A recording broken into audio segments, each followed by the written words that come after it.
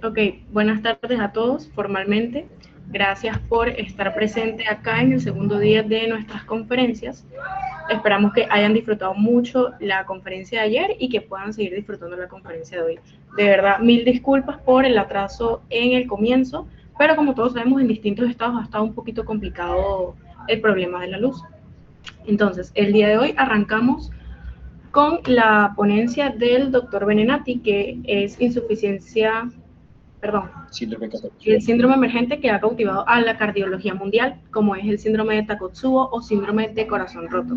Para guiarnos en este tema, pues contamos y tenemos el privilegio de tener al doctor Víctor Benenati, siendo él un médico internista, cardiólogo clínico y cardiólogo hemodinamista, quien ha sido jefe del servicio de coronario del Hospital Universitario Dr. Miguel Pérez Carreño, docente universitario de posgrado de cardiología y del fellow de cardiología intervencionista de la UCB.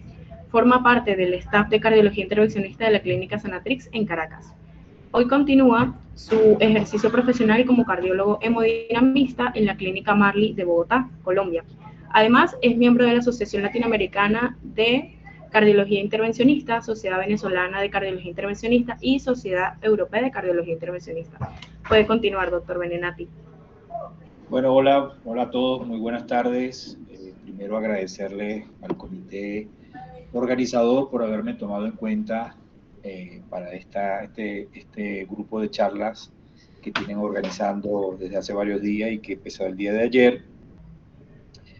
Para mí es un placer y un honor pues tratar de aportar un granito de arena a su formación y sobre todo, pues, en especial para la Escuela de Medicina de la Universidad de los Andes, de la cual yo es mi alma mater, donde soy egresado como médico, y especialmente a Valera, pues que le tengo un cariño muy especial, uno porque eh, parte de mi carrera o final de mis estudios de mi carrera fue en el Universitario Pedro Emilio Carrillo, y además que de eso, pues, Valera para mí es sumamente especial porque ahí nació mi hija y entonces para mí siempre va a ser un Sí, en la placer. conferencia.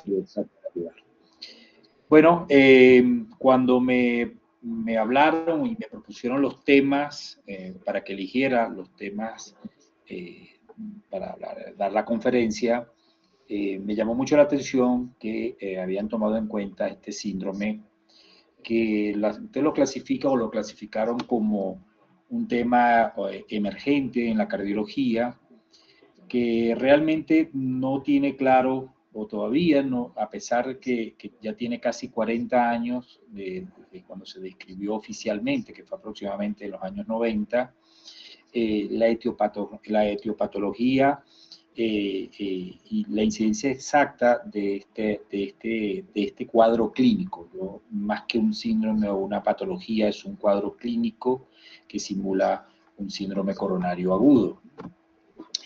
Se habla de que o cuando comenzó, se empezó a hablar de este cuadro clínico, se hablaba del síndrome de balonización apical, o miocardiopatía por estrés, difusión miocárdica reversible y finalmente miocardiopatía de Takotsubo o Takotsubo, que hoy sugiere realmente el término de síndrome de Takotsubo como un modo de unificar el nombre de esta entidad clínica.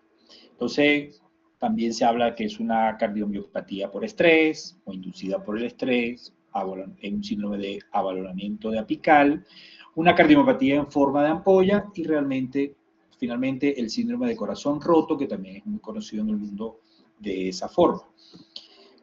Es una entidad de diagnóstico creciente. Yo más o menos el primer síndrome de Takotsubo lo vi en el año 2008, inclusive lo presentamos en el Congreso Nacional de Cardiología de Venezuela como algo raro. Para ese momento estaban apenas en la década de los 2000, estaba a nivel mundial, habían empezado los registros y se había empezado a ver este tipo de síndromes o de alteraciones miocárdicas que en un principio era solamente en Asia o fue donde se inició y luego se ha ido repartiendo por el mundo entero. En aquel momento nos parecía algo algo raro, hoy en día es mucho más frecuente de lo que se cree. Mimetiza clínicamente un síndrome coronario agudo, lo que significa que simula un síndrome coronario agudo.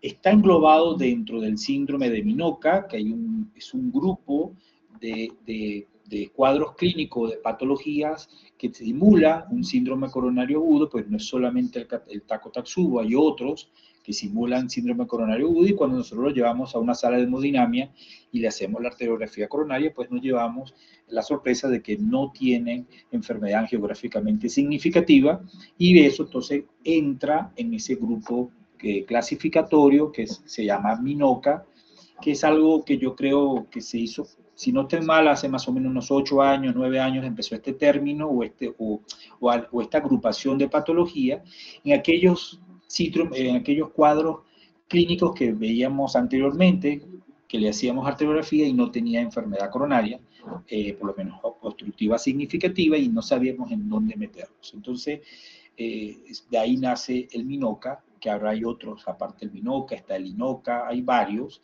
pero más precisamente el síndrome de Takotsubo está dentro de este grupo de Minoka. Eso es debido a ausencia, o entra en este grupo por ausencia de lesiones coronarias, y es una paradoja alternativa de motilidad ventricular del catéter, de carácter transitorio, perdón, que suele interesar a varios territorios coronarios, o por lo menos eso es lo que simula.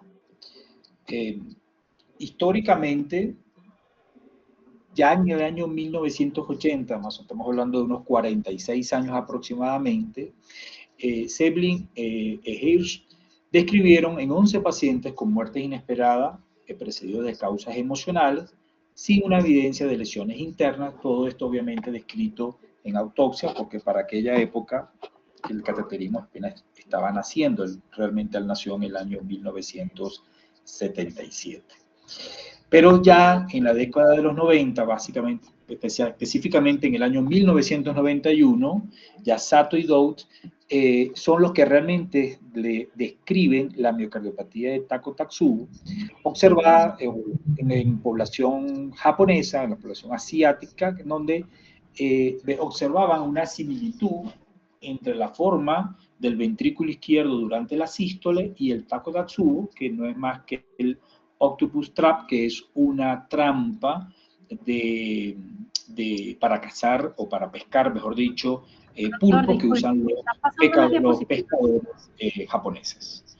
Posteriormente, la población se empezó a observar en población caucásica como la europea y la americana, y después, en esa misma década, la disfunción miocárdica reversible también se observó, que no solamente era por estrés emocional, sino también se observaba en patologías asociativas, o sea, en otras palabras, en pacientes que tenían otros cuadros clínicos como hemorragias subaranoidea o feocromocitoma, etcétera, etcétera, que también condicionaba no solamente por un estrés emocional, sino también había un estrés físico o un condicionante físico. Doctor, que disculpe, paraba, creo que las diapositivas no se están pasando. Paraba esta alteración a nivel apical del ventrículo izquierdo. Entonces aquí simplemente es un breve resumen más o menos de lo que hemos hablado, y como le dije, pues el origen en términos japonés se debe a trampa de pulpo. Ya va, dame un segundo. Ok, me estás diciendo que la diapositiva... ¿Están viendo las diapositivas? Disculpen. Doctor, disculpe, sí se ve, pero solamente se ve la primera diapositiva, no están pasando las demás. Wow, no puede ser. Yo aquí las estoy pasando todas. Si quiere, póngalo en modo presentación a ver. ¿Perdón? En modo presentación, intente a ver. Ya te digo. Está en modo de presentación. ¿Ahí la ven? Ahora sí están pasando. Ok. Está en la página. ¿La dejo ahí o ahí no las pueden ver si las paso? Ahora estamos en la página 3. No sé si está en la misma página. Ok, entonces no está pasando. Entonces vamos a tener que pasarla de esta manera. Ahí sí las ven, ¿verdad? Estamos ahora en la página 5, la historia. Sí, ahí sí las ven completa. Chévere, ahí sí se ven, doctor. Ok. Entonces estaba aquí en el origen que le decía, porque todo lo que lo he venido conversando son estas láminas, se las voy a pasar desde el inicio, lo que hablé del síndrome de balonización apical, cómo se ha ido otros diferentes términos que han usado, en el englobamiento, en el MINOCA, que simula un síndrome coronario agudo en ausencia de lesiones coronarias significativas, la historia, y el origen, que como les decía es un término japonés, denominado por lo que es la trampa de pulpo, que lo utilizan los pescadores asiáticos, básicamente los japoneses, y en vista que vieron ese parecido en del balonamiento apical en el momento de la sístole, pues por eso fue que le dieron ese término. Definición como tal del síndrome de Takotsubo realmente es una afectación cardíaca de etiología no aterosclerótica en la que existe una brusca alteración contráctil ventricular, que es transitoria, frecuentemente precedida de un estrés físico o emocional. ¿Por qué físico? Porque más adelante lo vamos a hablar, pero ya hay varios registros donde se ha observado que realmente el síndrome de Takotsubo no es tan inocuo o como se cree, o que solamente afecta a personas sin factores de riesgo. Entonces, por eso entra el estrés físico y o emocional. Con respecto a la incidencia, se ha observado generalmente en mujeres posmenopáusicas, se describe con frecuencia en la presencia de una situación de estrés, tanto física como emocional, en un 90% de los casos, más o menos un 2% de los pacientes con signos y síntomas de síndrome coronario agudo, sea con infarto con elevación del ST o sin elevación del ST, es un síndrome de Takotsubo o una miocardiopatía por estrés. La media de edad ronda entre los 60 y los 75 años, sin embargo, no quiere decir que una paciente un poco más joven o un poco más grande de esta edad no pueda incursionar con un cuadro clínico como este. Del 5 al 6% de los síndromes coronarios agudos en mujeres se corresponden a esta patología, y la tendencia actual es que hay un aumento en esta incidencia o en observar esta patología, y se cree que está muy relacionado a que hay una mejoría en lo que es los instrumentos que utilizamos para el diagnóstico de la misma, ¿no? Contamos con, primero, ya como es un cuadro conocido o más estudiado, en las emergencias o en las urgencias, los urgenciólogos o emergenciólogos lo piensan un poco más, inclusive el cardiólogo clínico, cuando va a evaluar, pues, en el interrogatorio, que el interrogatorio te da un 60% de un diagnóstico o de los diagnósticos, de ahí la importancia del interrogatorio del paciente. Uno puede sospechar en este tipo de pacientes que han tenido ese antecedente emocional en los últimos 15, 20 días, en que podemos estar en presencia de un síndrome de Takotsubo. Y como contamos con ecocardiografía de alto nivel o de alta resolución, salas de hemodinamias para realizar la radiografía coronaria, cardioresonancias, etc. Por eso también ha aumentado ese reconocimiento clínico, y a su vez ha aumentado el diagnóstico o la incidencia en el diagnóstico del mismo. Hay clases o tipos de síndrome, sí. Este síndrome de Takotsubo tiene subtipos con una forma aguda que a veces se manifiesta, o generalmente se manifiesta, no solamente con dolor precordial o disnea, sino con falla cardíaca o insuficiencia cardíaca, que normalmente es reversible, que generalmente está condicionado por una descarga aguda catecolaminérgica. Hay un aturdimiento miocárdico, sobre todo apical, por supuesto hay una variante anatómica que ya la vamos a hablar, y que la gran característica de este cuadro clínico es que cuando lo llevamos a arteriografía coronaria, pues no observamos enfermedad oclusiva o enfermedad aterosclerótica obstructiva significativa en el árbol coronario, sea izquierdo o derecho.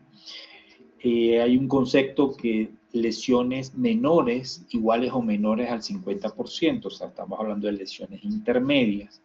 Pero en ese caso, uno como hemodinamista no debería quedarse con que no, es un Takotsubo. Si yo tengo una lesión intermedia, debería utilizar otras herramientas que nosotros usamos en sala de hemodinamia, como es el FFR, el OCT o el IVUS, ¿ok? Para determinar si esa placa realmente es o no es vulnerable, y cuando hacemos el FFR, que es la fisiología, podemos determinar si esa placa intermedia está induciendo isquemia o no. Entonces ahí sí pudiéramos decir, sí hay enfermedad aterosclerótica, pero no significativa, que no está induciendo isquemia, entonces sí podemos hablar de un síndrome de Takotsubo. Entonces yo hago esta salvedad porque muchas lo van a leer en muchos sitios en donde te dicen que cuando hacemos la arteriografía coronaria, son o arterias sin lesiones o con lesiones menores del 50%. Las variantes anatómicas, la más frecuente, la que vemos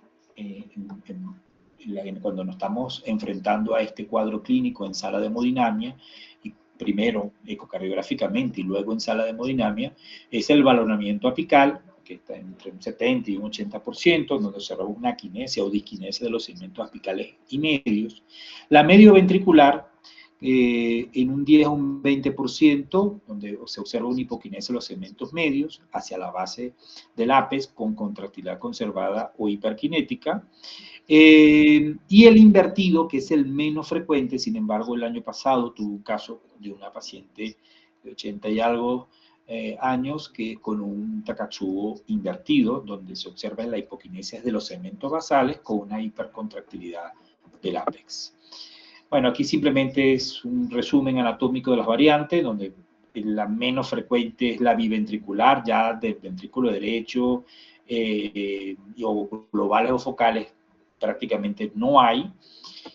El Takotsubo puede ser primario o secundario. El síndrome de Takotsubo primario se debe a aquellos eventos principales que motiva la consulta a la urgencia, desencadenado por un estrés emocional intenso. Este es el más frecuente que vemos en las emergencias, o por la cual cardiología clínica nos llama a nosotros a hemodinamia para estudiar estos pacientes. La presentación clínica es típica, el típico coronario, el dolor típico coronario, que es la sensación de opresión a nivel precordial, con irradiación, sea hacia brazo izquierdo, derecho, espalda, maxilar inferior, con electrocardiograma normal, que generalmente, en la mayoría de los casos, lo que observamos son isquemia subepicárdica, sea en la cara anterior, anteroseptal o anterolateral. Es la más frecuente, la menos frecuente es en par inferior. Y hay una elevación discreta de las enzimas cardíacas con curva que hacen delta. Cuando hablo del delta es el aumento del 10% entre el primer y el segunda toma seriada de la troponina de ultrasensible. Y obviamente pues se ve en mujeres menopáusicas sin enfermedad crítica concomitante. El Takotsubo secundario sí se presenta como consecuencia de otra patología, sea en pacientes con ictus isquémicos o hemorrágicos, pacientes sépticos, en pacientes con cirugía o post-cirugías mayores, en feocromocitomas, en insuficiencia respiratoria aguda. Y todo esto, estos pacientes que están ante ese cuadro clínico de las diferentes que acabo de nombrar, se puede observar en un 20% de esos pacientes pueden desarrollar o pueden presentar un síndrome de Takotsubo. Se cree que debido a la actividad del sistema nervioso simpático, que produce como complicaciones la patología antes mencionada, hay una descarga importante de catecolaminas, lo cual pueden aparecer este cuadro, y obviamente muy frecuente en pacientes hospitalizados. Con respecto a la fisiopatología, no hay todavía un mecanismo etiopatogénico, como le dije al principio, bien definido, pero lo que sí está claro es que las catecolaminas juegan un papel importantísimo en la patogenia de este cuadro.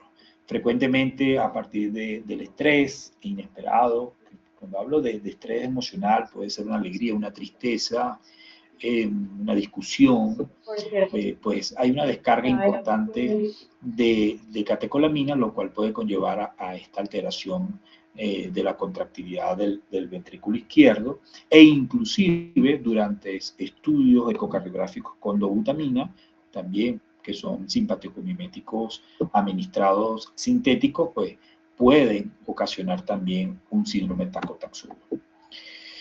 Hay efectos sobre o mejor dicho, ¿qué efectos directos sobre el miocardio tienen las catecolaminas? Bueno, toxicidad miocárdica directa, sobrecarga de calcio intracelular, estrés oxidativo, disfunción mitocondrial y necrosis en banda de contracción, que es el hallazgo histológico más frecuente o típico.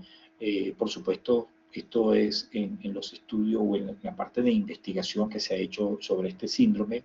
Nosotros obviamente no vamos a hacer una biopsia para ver si hay una alteración o no de este tipo si hay necrosis o no de las bandas de contracción, pero sí se ha hecho estudios en corte para poder clarificar la fisiopatología como tal del cuadro clínico. Lo que sí es que todo esto lleva a un miocardio aturdido que en teoría es reversible en pocas semanas. Desde el punto de vista clínico, el síntoma más frecuente es el dolor típico coronario, que es el dolor tipo, repito, el dolor tipo opresivo. El tipo opresivo a nivel precordial, con o sin irradiación, con una duración menor a 1 hora, que se puede acompañar con disnea, o se acompaña generalmente con disnea, con diaforesis. O sea, es difícil en las primeras de cambio diferenciar un infarto hablo desde el punto de vista clínico, no estoy hablando ya con el electro en la mano.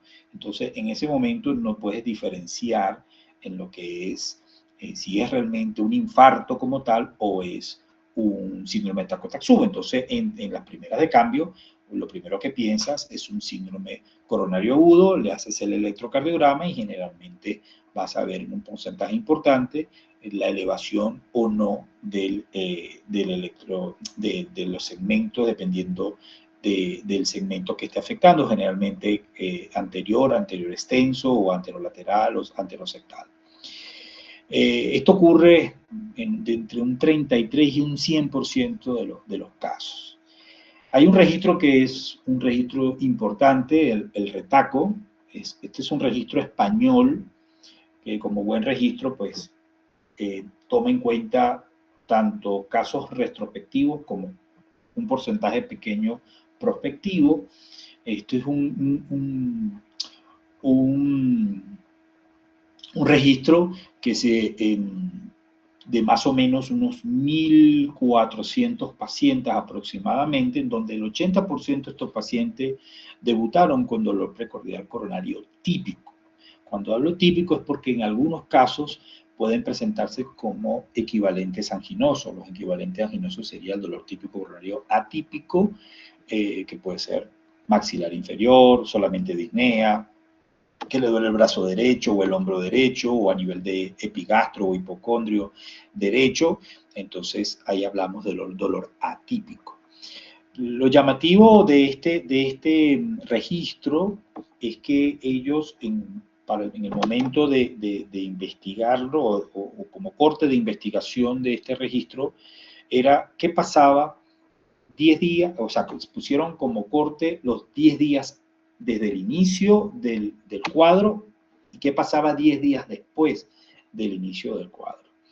Entonces, también es importante destacar que en este registro, primero que el porcentaje de mujer fue más o menos un 90% de población fue mujer, con una edad promedio de 73 años, y que había un 67% de este grupo de pacientes tenía un desencadenante físico, es decir, una patología de base. La mayoría eran hipertensos, en un 47% aproximadamente dislipidémico, en un 15% diabéticos y en otro 15% eran con tabaquismo. O sea, con todos los factores de riesgo sumado a la edad, y en este caso, a pesar que fue un 90% de mujeres, ya las mujeres a partir de los 65 años entran como factor de riesgo para desarrollar enfermedad coronaria. Entonces,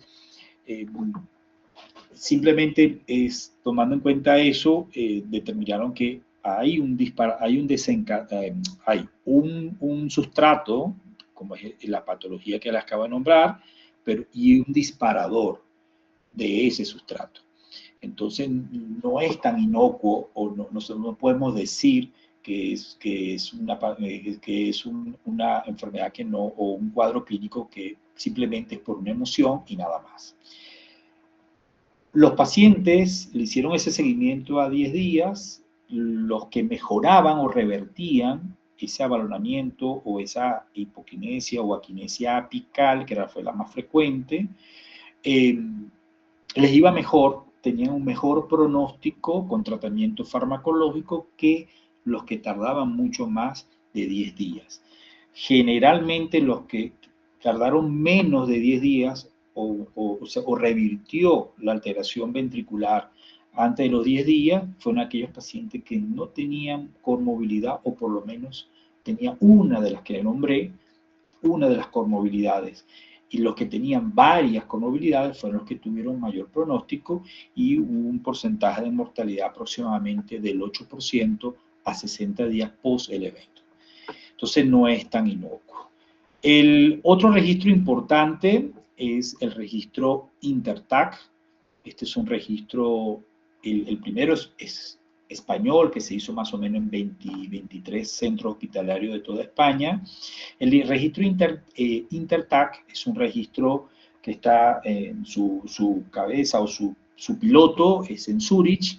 Es un registro internacional que está desde el 2004 hasta el 2021, ha sido el seguimiento, que fue presentado en el Europeo de Cardiología del 2024 y publicado en JACC ese mismo año, que se recopila datos de 40 centros de todo el mundo. Y lo que destaca de este estudio o de este registro es tres cosas básicamente. Primero, que hubo un aumento en la presentación del género masculino, mientras que casi en un 15%, mientras que en el retaco o para España solamente estaba descrito entre un 8 y un 10%, y se cree que eso se debe a que los pacientes mayores de 55 años pues tienen más, un fenotipo aumentado para poder desarrollar enfermedad aterosclerótica, sumado a las otras comorbilidades. De hecho, nosotros vemos pacientes infartados, más hombres que mujeres, a partir de los 55 años. Más no quiere decir que un paciente de 45 no se pueda infartar, pero lo más frecuente es tener pacientes mayores de 55 años. El otro punto, que hubo un aumento, como les dije al principio, en las variantes anatómicas. La más frecuente es la apical. Sin embargo, observaron que la medioapical, o la medioventricular, que pasó de un 10, un 15% a un 28, 30% de los pacientes presentaban esa variante. Y lo último es que la prevalencia del disparador o ese desencadenante físico aumentó de un 39 a un 58%, con lo que es estadísticamente significativo. Entonces, y por último, que a 60 días la mortalidad también aumentó, relacionado a que estos pacientes hay un aumento de esa comorbilidad o de esos factores desencadenantes físicos. Entonces, por eso es que esta patología o este síndrome ha tomado mucha más importancia de lo que se pensaba antes, que era algo solo de las mujeres y de un tema emocional nada más. Desde el punto de vista electrocardiográfico, pues con frecuencia vemos cambios en la repolarización. Generalmente se aprecia en la cara anterior, como le dije, en fase aguda, puede ser con o sin elevación del ST, anterosectal o anterolateral, y eso está muy relacionado. ¿Por qué? Porque, o mejor dicho, está relacionado a que los cambios más frecuentes o a las alteraciones anatómicas más frecuentes está a nivel del ápex, y ese es el territorio del descendente anterior, y son los cambios de la cara anterior, o sea, electrocardiográficamente o topográficamente en el electrocardiograma observamos son los cambios a nivel de la cara anterior, anterolateral o anterosectal. Entonces, cuando vemos eso, uno lo primero que piensa que es un descendente anterior que se correlaciona con los cambios apicales, y luego cuando lo llamamos arteriografía coronaria observamos que no hay obstrucción a nivel del descendente. También se puede ver las T negativas o la isquemia subepicárdica, típicas de la enfermedad, generalmente se resuelven de manera completa, a los pocos meses el electro se normaliza y muy rara vez persiste una onda Q patológica, que la onda Q lo que nos habla es de necrosis transmural. Las fases agudas generalmente son menos de 12 horas, está presente en la mayoría de los pacientes, en un 95%. Puede haber elevación del CT, un bloqueo incompleto de la rama izquierda de las de His y onda Q, que son menos frecuentes. Las fases subagudas son de 2 a 3 días, en donde la onda T negativa puede permanecer. O sea, si tienes elevación, ella cambia, cae el ST y lo que observamos al tercer día, o a partir del segundo día, tercer día, es la onda T que puede permanecer 3 o 4 meses.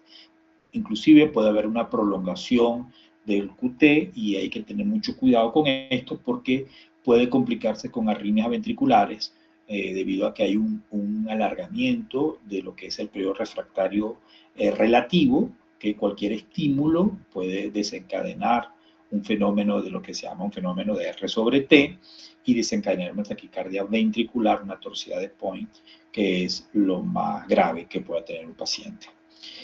La normalización de las alteraciones electrocardiográficas son más lentas, o mejor dicho, uno ecocardiográficamente ve cómo se va recuperando el ventrículo, inclusive a las 8 semanas aproximadamente ya es un ventrículo totalmente normal. En cambio, el electrocardiograma sí tarda un poco más, hasta 4, inclusive hasta 6 meses se puede ver todavía ondas T invertidas en la cara afectada. Esto es simplemente un ejemplo de un electrocardiograma, donde acá podemos ver una lesión, no sé si lo pueden observar, ven la flechita cuando la muevo. Acá esto es D1 y ABL es cara lateral alta, y aquí podemos ver que ya hay un punto J elevado, inclusive en D1 parece que hay más una elevación del ST, y en la cara en B4, B5 y B6, lo que es la cara anterolateral, entonces podemos hablar que estamos hablando en presencia de, en las primeras de cambio, en el momento que entra el paciente a la urgencia con el cuadro clínico, un electrocardiograma compatible con un infarto con elevación del ST anterolateral. Ya en el día 17, post el cuadro clínico o el inicio del cuadro clínico, lo que vemos es esto, lo que les acabo de decir, ondas T invertidas en toda la cara anterolateral. En toda la cara anterolateral. Entonces, esto puede permanecer, como les decía, más o menos 3, 4 meses e inclusive hasta 6 meses. Una vez el paciente está en la urgencia, el cuadro clínico, el electrocardiograma, bueno, sí, tenemos un infarto. Generalmente cuando son infartos con elevación del ST, van directo a la sala de hemodinamia para una probable angioplastia primaria, pero cuando estamos en presencia de infartos sin elevación del ST o un cuadro clínico con un electro en donde no observamos elevación del ST, los biomarcadores son fundamentales.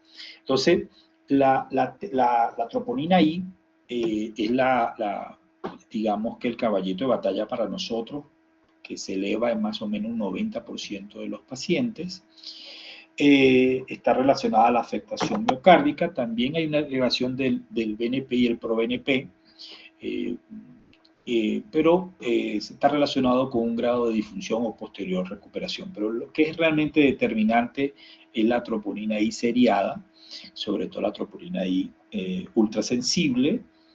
Antes nosotros usábamos la troponina T, pero la troponina T no se elevaba tan rápido, la ultrasensible inclusive a veces exagera un poco, porque uno puede trotar y puede elevar troponina y se puede confundir con un cuadro, con un síndrome coronario. Entonces, pero obviamente ante un cuadro clínico evidente, pues lo primero que uno piensa, bueno, si hay una elevación seriada y hace delta, pues aumente ese 10% entre la primera y la segunda toma de la troponina, es porque estamos en presencia de un infarto con o sin elevación del ST. Ahora bien, nosotros generalmente antes de llevar a los pacientes a sala de hemodinamia, le hacemos ecocardiograma. El ecocardiograma para nosotros los hemodinamistas es fundamental porque sabemos a quién nos estamos enfrentando y cuál es el pronóstico de ese paciente. Entonces, el ecocardiograma es una prueba por excelencia que es disponible en casi todos los centros o en los grandes centros. Es rápida, no es costosa, no es invasiva y que obviamente nos orienta al diagnóstico. O si tenemos generalmente el ecocardiografista nos reporta a nosotros que hay una quinesia apical importante, en algunos casos con compromiso de la fracción de eyección. Entonces ya uno sabe, previo al electro, que muy probablemente sea la coronaria izquierda y sea el descendente anterior, y si no encontramos nada, y la importancia del interrogatorio, pues nosotros ya podemos ir pensando que pudiéramos estar en presencia de un síndrome de Takotsubo. El ecocardiograma, pues, como muestra muy bien las anomalías segmentarias, valor del grado de disfunción ventricular, que tiene una relevancia obviamente pronóstica, permite guiar el manejo en el caso del desarrollo de complicaciones, y hay un dato que no es un dato menor, es ver la dinámica del tracto de salida del ventrículo izquierdo, porque eso también nos da un pronóstico y cuál sería el tratamiento a seguir una vez realizada la arteriografía coronaria y evidenciando que no hay enfermedad coronaria, si hay o no una obstrucción del tracto de salida. Por supuesto, la presencia de derrame pericárdico o inclusive trombos intracavitarios. Este es simplemente es una muestra de un eje apical en 3 cámaras. Entonces pueden ver hacia la punta, este es el ventrículo izquierdo, no sé si ven la flechita, que yo estoy moviendo el cursor. Acá ven el balonamiento, esta es la quinesia y esta las bases que están hiperquinéticas o hipercontráctil, que es una contractilidad compensatoria, tratando de compensar o tratando de mantener la fracción debido al aturdimiento o la quinesia o disquinesia del ventrículo izquierdo. Entonces es una prueba fundamental a la hora de comprobar la recuperación del ventrículo, porque obviamente se le hace un ecocardiograma en el momento de ingreso y luego se le hace seguimiento al paciente ecocardiográficamente. Y por supuesto eso no va dependiendo el tiempo de recuperación, qué tan rápido o qué tan lento se recupere ese paciente, pues son los criterios diagnósticos necesarios para establecer un diagnóstico final y obviamente un pronóstico. La arteriografía coronaria, pues, es extremadamente importante después de la ecocardiografía. ¿Por qué? Porque es la que realmente nos va a determinar si el paciente, que lo vengo conversando ya de hace rato, pues nos va a determinar si realmente es un Takotsubo o no. Las coronarias típicamente en estos cuadros son normales. A mí nunca me ha gustado describir en mis informes, cuando hago un estudio hemodinámico y el paciente no tiene lesiones, decir que son arterias normales, porque es que no hay arterias normales, al menos que le hagamos un estudio histológico. Pero lo que nosotros observamos angiográficamente son arterias sin lesiones significativas. Entonces, cuando observamos un paciente con la quinesia y tenemos arterias coronarias normales, o mejor dicho, sin lesión obstructiva significativa angiográficamente, hacemos un ventriculograma. La ventriculografía es importante porque va a corroborar lo que el ecocardiografista observó en el estudio no invasivo. Yo acá le voy a mostrar un estudio que hice. Esta es una paciente de 58 años que ingresó, si mal no estoy, en mayo del año pasado. Tengo varios, pero busqué este porque este me pareció muy didáctico para poder mostrar cómo se observa en la ventriculografía. Entonces lo hicimos por vía radial derecha con un catéter 5 French, un Tiger o TIC. Ese catéter tiene la propiedad de que con ese catéter podemos canular tanto la coronaria izquierda como la coronaria derecha. Un 90% de los casos lo hacemos todo radial y hay un 10% que todavía hacemos por vía femoral. Entonces lo voy a poner a correr, me dicen si lo ven. Vamos a ver si corre. Sí. ¿Sí ve que está corriendo? Por favor, ¿me escuchan? Sí, doctor, está corriendo. Entonces aquí vemos las diferentes proyecciones. Lo que están viendo es la coronaria. Déjenme retroceder un poquito porque esto va un poco rápido.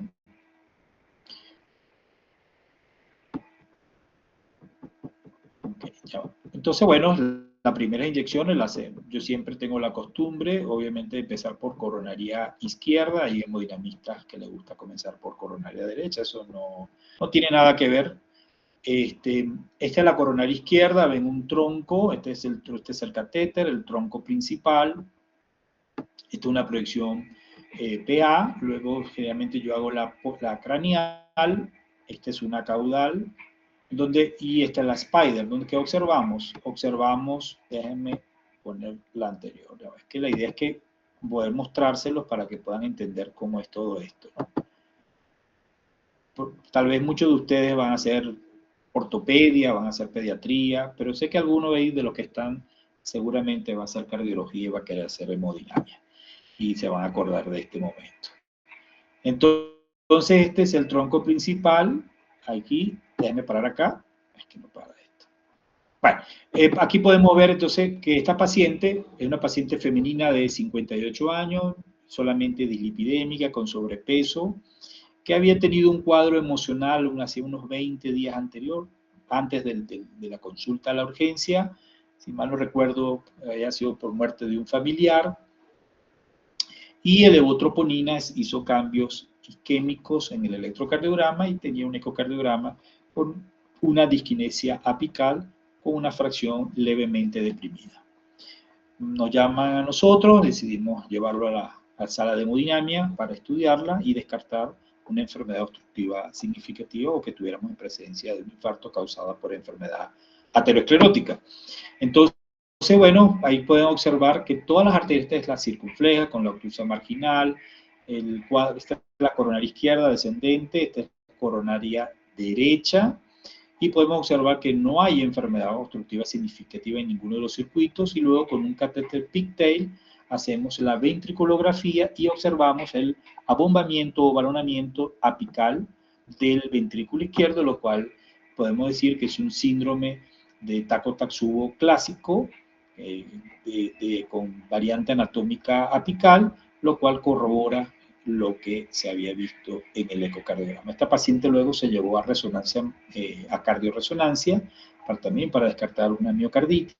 No observaron realce tardío, o sea, no es de origen isquémico y simplemente el cuadro en la parte inflamatoria del ápex, lo cual confirma el diagnóstico ya que habíamos hecho tanto por eco, por arteriografía, y la resonancia termina de confirmarlo. El paciente luego egresó con tratamiento medicamentoso y se recuperó ya a los 2 meses. El ventrículo izquierdo estaba totalmente normal, con un electro normal, asintomática cardiovascular. Esto es para que puedan tener una idea de lo que vemos en la ventriculografía. Este es el catéter pigtail que nosotros pasamos por la aorta y pasamos a través de la válvula aórtica hacia el ventrículo, inyectamos contraste con un inyector especial y podemos ver cómo hay cambios apicales, el balonamiento. Este es el dibujo que más o menos es lo que observamos en la ventriculografía. La cardioresonancia, como les acabo de decir, es tal vez el gold estándar como para definir o terminar de confirmar el diagnóstico. visualiza de manera excelente las anomalías segmentarias, la fracción de eyección biventricular y ciertas valvulopatías. Es un método resolutivo para descartar miocarditis o como diagnóstico diferencial, y la recuperación ventricular se lleva a cabo primero en fase sistólica, que es rápida, generalmente en la primera semana o 2 semanas, y después se recupera la parte diastólica. Estos simplemente son las imágenes que se puede ver en una cardioresonancia. Podemos ver que hay edema en distribución transmural, en la zona afectada, generalmente apical. ¿Cómo diferenciamos de un infarto y una miocarditis? Lo importante es la ausencia del realce tardío con gadolinio. Si no hay realce tardío, no estamos hablando de isquemia, o sea, la realce tardío es una zona fibrótica y eso no, al no estar presente, sabemos que no estamos en presencia de un cuadro isquémico como tal. Con respecto al tratamiento, en fase aguda, pues el manejo inicial es similar a como tratar a un paciente con síndrome coronario agudo. Generalmente, yo en lo personal no cargo a los pacientes, o no me gusta que me carguen los pacientes cuando los llevo a sala de hemodinamia. Cuando hablo de cargar, hablo de la carga antiplaquetaria. Generalmente, en urgencia, los pacientes cuando llegan se cargan con 300 miligramos de ácido acetilsalicílico, que es la aspirina, y clopidogrel. No se usa antes de realizar arteriografía coronaria, no se debe utilizar ni prasugrel ni ticagrelor, que son los que tenemos aquí en América Latina. El cangrelor todavía no ha llegado. ¿Por qué? Porque la antiagregación de tanto del prasugrel como el ticagrelor es en 30 minutos. Entonces yo, conociendo la anatomía, pues cargo a los pacientes en sala y yo sé que en 30 minutos están antiagregados.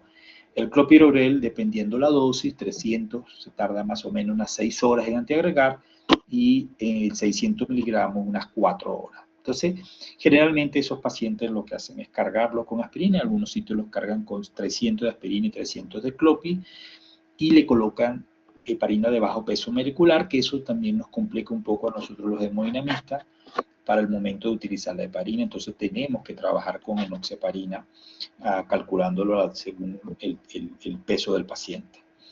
Entonces, generalmente se cargan, como le digo, con antiagregación, y son pacientes que se monitorizan y se llevan a unidades de cuidado intensivo o en aquellos hospitales que cuentan con unidades de coronario, que es lo ideal. Se le realizan electrocardiogramas seriados, las troponinas pues ultrasensibles seriadas, y obviamente se llevan a arteriografía. El tratamiento va a depender mucho del perfil hemodinámico del cual nos estemos enfrentando. En pacientes hemodinámicamente estables, la utilización de de beta-bloqueantes como el metoprolol succinato, bisoprolol, carvedilol o inclusive nebivolol. Los IECAS o ARA2, eso es un tema importante. Los IECAS siempre han sido mejor que los ARA2. Los ARA2 no han demostrado superioridad con respecto a los IECAS, y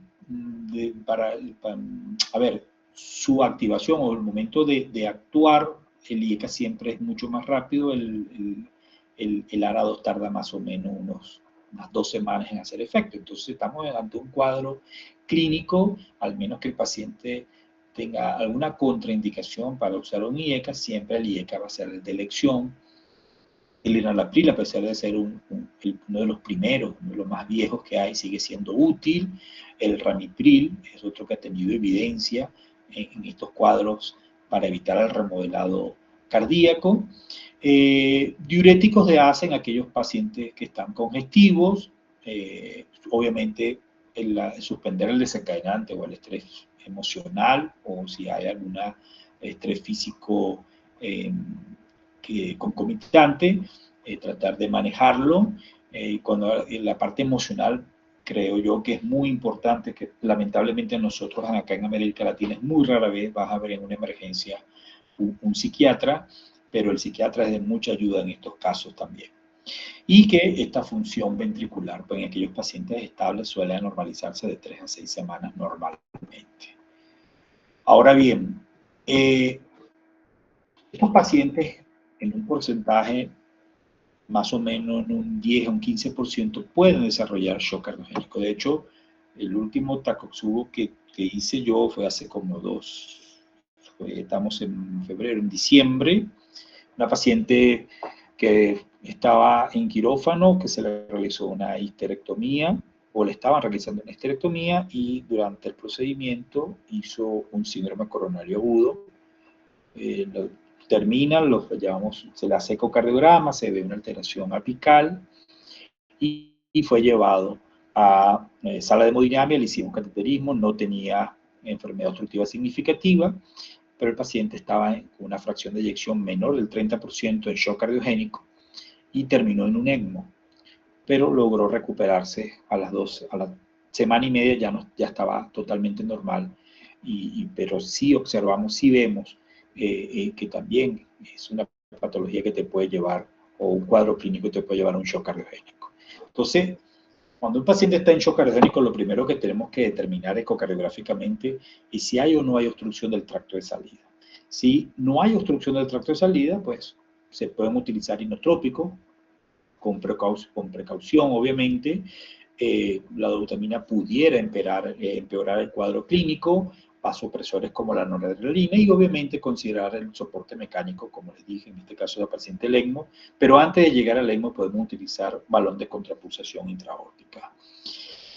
Está demostrado que el ECMO hoy en día es superior al balón de contrapulsación aórtica, pero no todos los hospitales cuentan con ECMO. Entonces, lo que generalmente utilizamos en las primeras de cambio es balón de contrapulsación intraórtica, y damos un tiempo prudente de 24 a 48 horas. Si no hay una mejoría en la parte mecánica, entonces ahí sí sería candidato para la utilización del ECMO.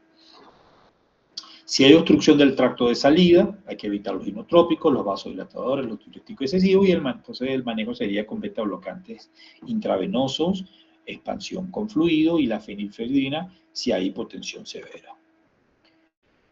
La anticoagulación. Eso va a depender mucho de lo que se observe en el ecocardiograma. Cuando tenemos pacientes con una fracción de eyección menor al 35%, donde la quinesia apical es extensa y se observa un trombo ventricular, que lo estamos documentando por ecocardiografía, esos son pacientes que tienen indicación de anticoagulación. Ahora, ¿cuál es el anticoagulante que debemos usar?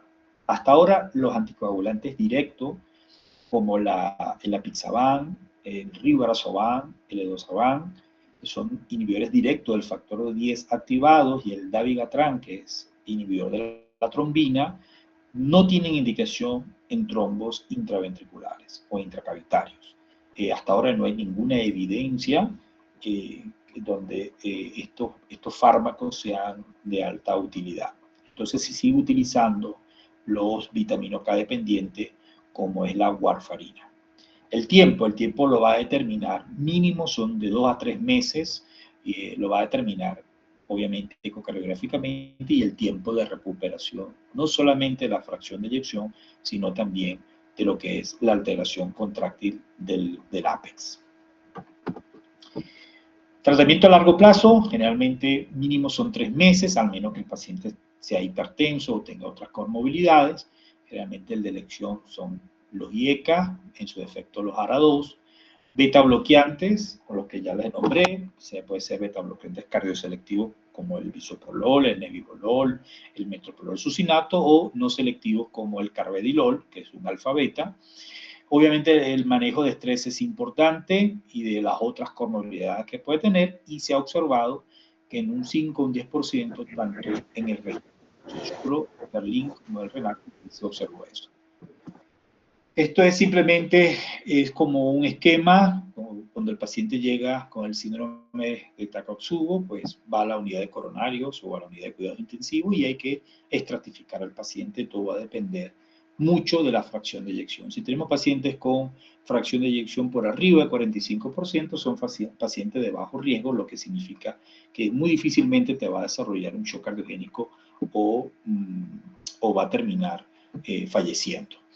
En ese caso, pues se considera la utilización si tiene más de 45%, no debería utilizarse, o fracciones de eyección conservada por arriba de 55%, no debería recibir tratamientos con IECA ni nada por el estilo. Si está una fracción comprometida entre el 35 y el 45, se puede considerar los beta bloqueantes, los inhibidores o los IECAs. Dependiendo si hay una buena evolución del paciente, pues el egreso lo más rápido posible. Y hacerle seguimiento también, obviamente, con ecocardiografía. Previo a eso siempre se le hace resonancia y luego el seguimiento se le hace con ecocardiografía. Si el paciente es de alto riesgo, entonces dependiendo si hay un aumento del gradiente del tracto de salida, que estamos hablando de que pudiera haber obstrucción del mismo, ahí sí el tratamiento que yo le acabo de nombrar, pues es lo que ahí está escrito, y si está en shock cardiogénico, si es o no candidato al ECMO, al balón de contrapulsación, etcétera, etcétera. Con respecto al pronóstico, por último, el pronóstico de estos pacientes realmente es muy bueno, en la mayoría de los casos, en un 95%, sobre todo en aquellos pacientes que no son tan añosos, o sea, menores de 70 años que no tengan comorbilidades. Esos son los que mejor pronóstico tienen. Los pacientes mayores de 70 años, sobre todo los mayores de 74 años, que fue el corte del registro español y del registro mundial que se lleva en Suiza, ellos observaron que los pacientes que tardaban más de 10 días en no recuperarse eran esos pacientes que tenían peor pronóstico y más recurrencia. Generalmente al mes o a los 2 meses son pacientes que han recuperado su función ventricular totalmente normal, inclusive a veces le damos un poquito más de oportunidad, hasta máximo 6 meses. Bueno, intenté hacer un resumen de este síndrome que me parece muy interesante, y nuevamente pues agradecerles su atención y agradecerle al comité académico por su atención. Este es parte de mi equipo de trabajo acá en Bogotá, en la Clínica Marley. Bueno, muchísimas gracias. Muchas gracias por su ponencia, doctor. De verdad estuvo excelente, todo súper entendible. Vamos a abrir un espacio de unos 10 minutos por si alguien quiere hacer alguna pregunta. ¿Cómo no? Pueden levantar la mano y se les da el derecho de palabra.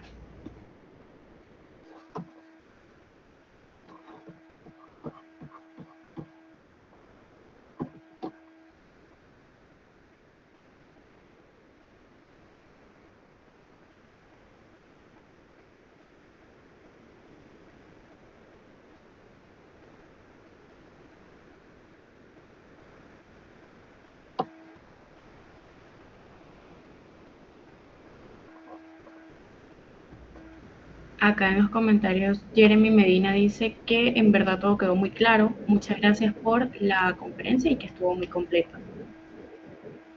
Gracias a usted. Virlena Landaeta pregunta que si la confirmación del diagnóstico solo es a través de la arteriografía. Bueno, mira, la confirmación, a ver, la sospecha uno la tiene cuando hace el ecocardiograma, ¿no? Cuando se hace el ecocardiograma, como les dije, con un cuadro clínico típico, enzimas positivas y un electropatológico, sí, cuando hacemos la arteriografía y no observamos lesiones obstructivas significativas, hacemos la ventriculografía y ahí vemos el balonamiento generalmente, que es la más frecuente, pero también a veces vemos el invertido, donde vemos la hipercontractilidad apical y las bases con tendencia a dilatarse, o sea, digamos que se conoce como el Takotsubo invertido.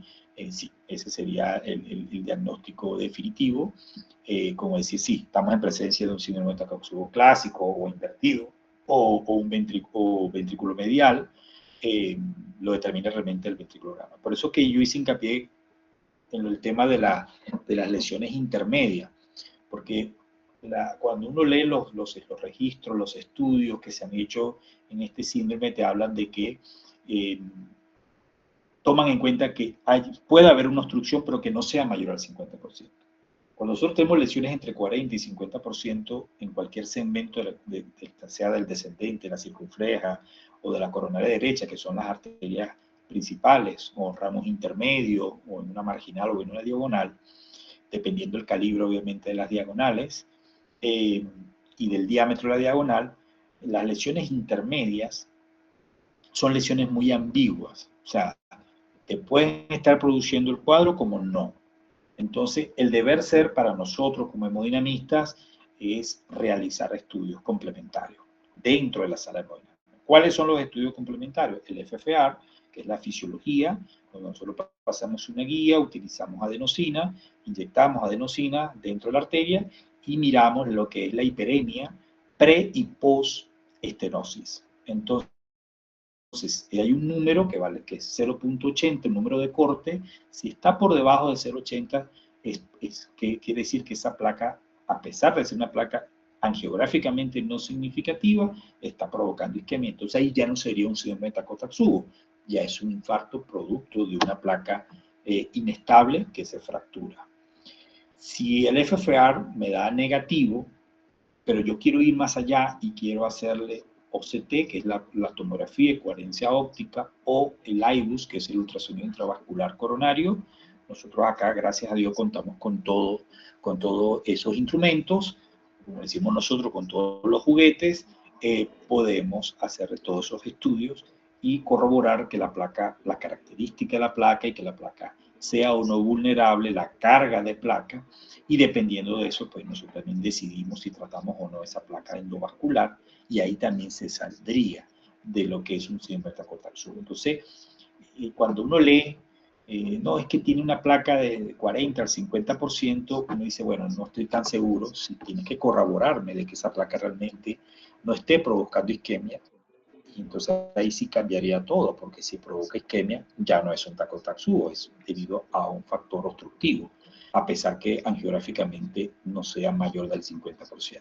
Entonces sí, la arteriografía pudiera decirse que es determinante en estos casos para corroborar lo que ya se sospecha en el ecocardiograma, y la cardioresonancia básicamente es como para terminar de estudiar al paciente y decir, sí, no tiene realce cardíaco, no hay isquemia, definitivamente es un Takotsubo. No sé si respondí la pregunta de la chica que está, del estudiante que estaba preguntando. Hay otra pregunta, doctor, de Iriángel Parra. Dice, ¿los biomarcadores se indican solamente con un síndrome coronario agudo sin elevación del segmento ST? Sí, lo que pasa, a ver, te explico. Cuando nosotros tenemos un paciente con un síndrome coronario agudo, quien determina es primero es el electrocardiograma. ¿Qué determina el electrocardiograma? Si estamos en presencia de un paciente con elevación del ST, las troponinas no me interesan. ¿Por qué? Porque ya el electro me está diciendo el paciente tiene un infarto, por dar un ejemplo, qué sé yo, B1, B2, B3 y B4, que es la cara anteroseptal. Ese paciente debe ir a angioplastia primaria. Si no tienes en el centro hemodinamia, debe recibir trombolisis, de acuerdo, también dependiendo del tiempo de inicio del dolor. Entonces, por eso que ahí las troponinas no son tan fundamentales. Normalmente, cuando el paciente llega a la emergencia, le hacen el electro, tiene la elevación del ST, nos llaman a nosotros inmediatamente a la hora que sea y tenemos que ir a hacer la angioplastia primaria. A mí ya ahí las troponinas no tienen ningún valor importante porque ya sabemos que estamos en presencia de un infarto. Ahora, en aquellos pacientes que tienen dolor precordial típico coronario, o sea, cuando hablo típico coronario, repito, es la sensación opresiva, de fuerte intensidad, que puede o no irradiar hacia el brazo izquierdo, a la espalda, al maxilar inferior o al brazo derecho, que se acompaña con disnea, diaforesis. Entonces le haces el electrocardiograma y a veces nos llama la sorpresa que tienes un electro normal o con unas T asimétricas. Porque la isquemia subepicárdica lo que ves son T's invertidas simétricas. Entonces, si son asimétricas, tú dices, wow. Entonces, ahí entran en juego los factores de riesgo, qué factores tiene la edad del paciente, el género, y obviamente es hipertenso, es diabético, fuma, no fuma, es dilipidémico. Entonces, ahí sí no vas a llamar al hemodinamista. Dice, bueno, le hago troponinas primero. La primera troponina te salió, a ver, en mi hospital el corte de la ultrasensible es de 11, en algunos sitios es de 5, y te sale con una troponina de 14, 15. Dice, bueno, está positiva, pero levemente positiva, el paciente está hemodinámicamente estable, generalmente se llama al cardiólogo clínico, el cardiólogo clínico dice, dale un seriado, a la hora de hacer un seriado, y esa sí sale en 35. Ahí estás en presencia de un infarto sin elevación del ST. Los infartos sin elevación del ST, a diferencia de los infartos con elevación del ST, puedes esperar hasta 24 horas para realizar la arteriografía coronaria, siempre y cuando el paciente no esté en shock cardiogénico. Si el paciente está hemodinámicamente estable, puede esperar en una unidad de cuidados coronarios o una unidad de cuidados intensivos 24 horas para la arteriografía coronaria. Pero ahí sí, la troponina sí toma importancia. Si la troponina te sale negativa, entonces tú tienes que clasificar, ¿es una angina? Bueno, sí, es una angina inestable. Ahora, ¿es una angina de bajo riesgo, de riesgo intermedio o de alto riesgo? Esto es otro tema, pero ya que lo preguntan, lo explico brevemente. Las de bajo riesgo son aquellas que van a ir a un estudio no invasivo. Las de alto riesgo van para hemodinamia y las de riesgo intermedio es un gris, en donde tú puedes decir, le puedo hacer un ecoestrés, le puedo hacer una perfusión miocárdica o simplemente llevarlo a una prueba de esfuerzo convencional o un eco de esfuerzo, o lo llevo a hemodinamia de una vez. Entonces ahí entra en juego los factores de riesgo y las condiciones del paciente. Entonces, para concluir, la troponina la van a utilizar normalmente en aquellos pacientes que no tienen elevación del ST. Si tienen elevación del ST, llamen al hemodinamista, y si no tienen hemodinamia en el hospital y no tienen una sala de hemodinamia cercana en menos de una hora, entonces deben realizar trombolisis. Generalmente, todavía, no sé, en mi época en Venezuela, cuando hablo de mi época, cuando yo estaba en posgrado, hace ya unos cuantos años, usábamos estreptoquinasa. Hoy en día ya casi no se usa en ninguna parte del mundo. Usamos RTPA, que es mucho mejor, mucho más segura, mucho más rápida. Pero bueno, ese es otro tema, pero no sé si respondí la pregunta.